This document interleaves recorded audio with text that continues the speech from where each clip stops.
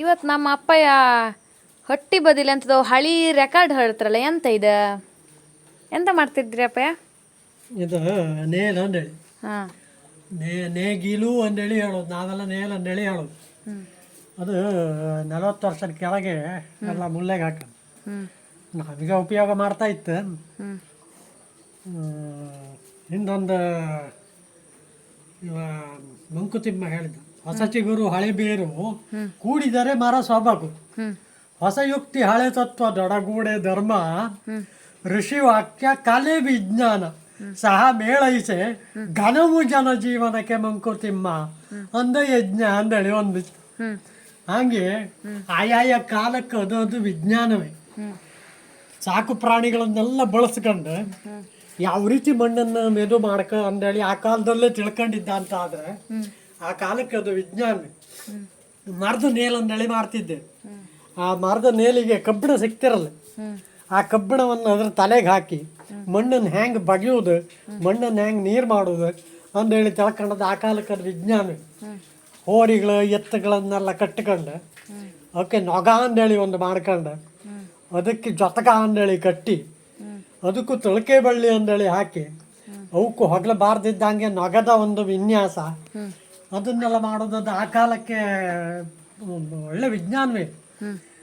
ಅದನ್ನು ಮಾಡಿದ್ರ ಮೇಲೆ ಮರದ ನೇಲ, ಮರದ್ದೇ ಹೀಸು, ಮರದ್ದೇ ಕುದುರೆ, ಮರದ್ದೇ ಕುರ್ಣಿಕೀಲು, ಹೀಗೆಲ್ಲ ಸುಮಾರು ವಿಧ ಇತ್ತು.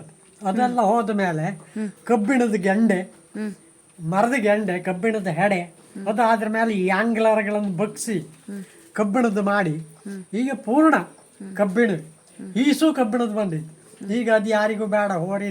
ಹೋರಿ ಎತ್ತುಗಳೆಲ್ಲ ಈಗ ಇಲ್ಲ. ಮುಂಚೆ 150 ಮನೆಯಲ್ಲಿ 200 ಜೊತೆ ಹೋರಿಗಳಿದ್ದು. ಈಗ 100 ಮನೆಗೆ 3 ಜೊತೆ ಹೋರಿಗಳು ಇಲ್ಲ.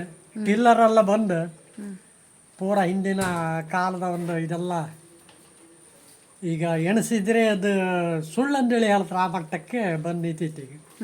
ಓ ಇಲ್ಲಿ ತೋರುತ್ತಲ್ಲ ಇದೆ ಅಂತ. ಅದು ನೊಗ, ಅದು ನೊಗಕ್ಕೆ ಹೋರಿ ಕುತ್ತಿಗೆ ಕಟ್ಟು ಜೊತಕ, ಅದಕ್ಕೆ ಮತ್ತೊಂದು ಕಡಗಣಿ ಅಂದೇಳಿ ಕಬ್ಬಿಣದ ಗುಣಸಿತ್ತು, ಅದನ್ನೆಲ್ಲ ಹೊಡೆದಿರ್ತಾರೆ. ಆ ಕಬ್ಬಿಣದ ಗುಣಸಿಗೆ ಜೊತಕ ಕಟ್ಟಿ ಇದೆಲ್ಲ ಗುಂಡಾಳ ಅಂತೇಳಿ ಇದು. ಇದು ಅಗಲ ಇದ್ರೆ ಮಾತ್ರ ಹೋರಿಗೆ ಹೊಗಲು ಬರ್ತದೆ. ಹೊಗಲ ಅಂದ್ರೆ ಇಷ್ಟಿಷ್ಟ ದಪ್ಪ ಈ ಮಣ್ಣಿ ಅಳಿಯೋಕ್ಕಾಗದೆ ನೋವು ಬತ್ತು. ಇದೆ ಅಂತ ಇದು ಮರಣಿ ಗೆಂಡೆ ಅಂದ್ರೆ ಶಬ್ದ ಆಗ್ತಲ್ಲ. ಮರಣಿ ಅಮ್ಮ ಅಂತ ಇರ್ತಾರೆ. ಇಡೀ ದಿವಸ ಮಣ ಮಣ ಮಣ ಮಣ ಮಣ ಅಂತ ಆಯ್ಕೊಂಬವ್ರಿಗೆ ಮರಣಿ ಅಮ್ಮ ಅಂದ್ರೆ. ಇದನ್ನ ಗಂಟಿ ಕುತ್ತಿಗೆ ಕಟ್ಟಿರೆ ಅದು ಕೊಟ ಕೊಟ ಕೊಟ ಕೊಟ ಕೊಟ ಕೊಟ ಅಂತ ಇರುತ್ತೆ. ಗಂಟಿ ಎಲ್ಲೋದು ಅಂತ ಗೊತ್ತಾಗ. ಅದಕ್ಕೆ ಇದನ್ನೇ ಕೇಳ್ಕೊಂಡು ಮಸ್ತ್ ಮಾತಾಡುವವರಿಗೆ ಮರಣಿ ಅಮ್ಮ ಅಂತೇಳಿ ವಾಡಿಕೆ ಬಂದದ್ದು.